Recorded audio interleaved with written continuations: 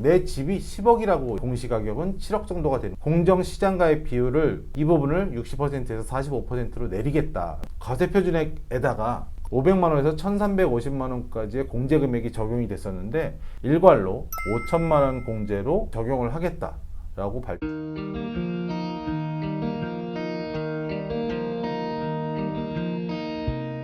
안녕하세요. 연금닥터 김용택입니다. 오늘도 건강보험에 관한 이야기를 좀 해볼 텐데요.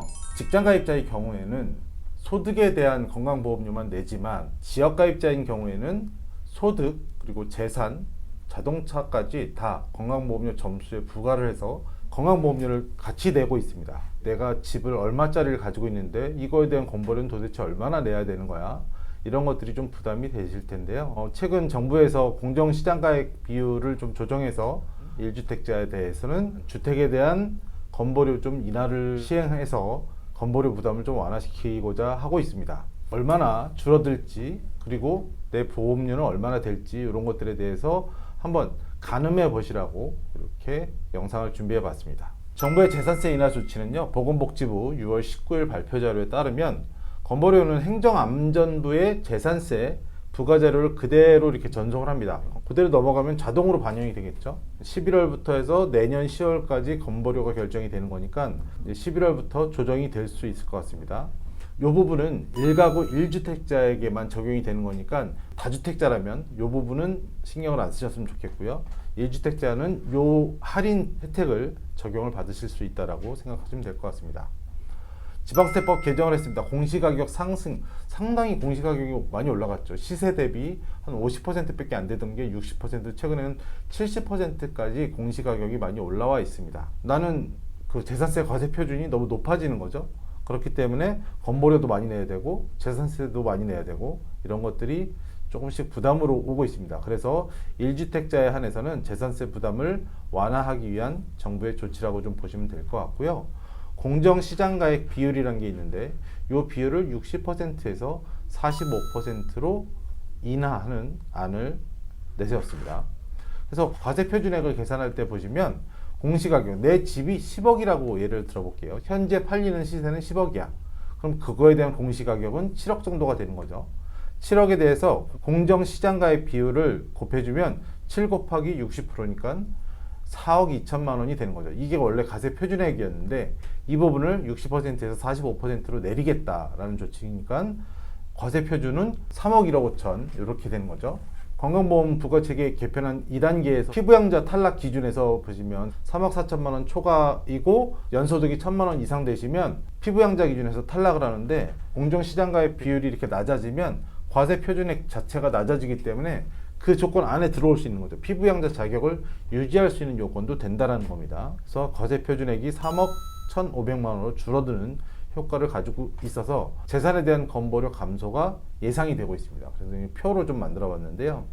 20억, 10억, 5억, 3억, 1억 이런 식으로 이제 시세가 됐을 때 시세 20억인 주택을 가지고 계신 분은 공시가격은 14억이니까 14억의 60%를 반영하면 20만 원 정도의 건보료를 내야 되는데 공정시장가의 비율을 45%로 인하하게 되면 18만 원 정도로 줄어들게 된다는 이야기입니다. 그래서 11.9% 감소 효과를 가져온다. 시세 10억인 아파트를 가지고 계신 분은 6.7%, 상대적으로 좀 적게 줄어들고요. 5억짜리 아파트는 12.4%, 3억짜리 아파트는 15.9%, 1억짜리 아파트는 12.3%의 인하 효과를 가져올 수 있다는 얘기예요. 이게 각각 퍼센테이지가 좀 다른 이유는 뭐냐면 건강보험공단에서 제시하는 재산에 대한 등급, 재산 등급을 60등급으로 나누고 있거든요. 등급별 점수가 좀 일정하진 않아요. 일정하진 않기 때문에 이 점수 비율이 조금씩 다른 거라고 좀 생각하시면 되고요. 건보료 부과체계 개편한 2단계에서 또 다른 그 안이 하나 나왔죠. 재산 공제를 점점 더 확대하는 방안이 나왔습니다.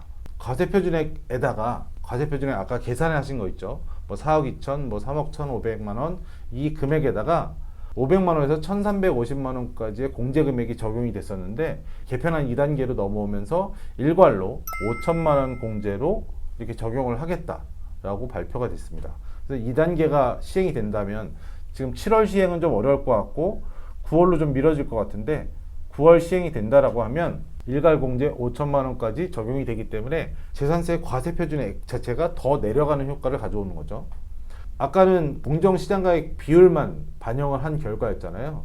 여기다가 기본 공제액을 또 추가로 더 빼줘야 됩니다. 빼주게 되면 얼마만큼의 인하 효과가 있느냐 하면 20억 아파트의 경우에는 15.9%, 그리고 7억, 10억짜리, 시세 10억짜리 아파트는 12.9%, 이만큼의 인하 효과를 가져올 수 있다는 얘기죠. 그리고 5억짜리 아파트의 경우는 24%까지, 그리고 3억짜리 아파트는 50%까지 줄어드는 거고, 여기 이제 시세 1억짜리, 그러니까 공시가격 7천만 원짜리 아파트는 주택이라면 공제하고 나면 낼 금액이 없어요. 없어지기 때문에 100% 마이너스 되는 거죠. 100%.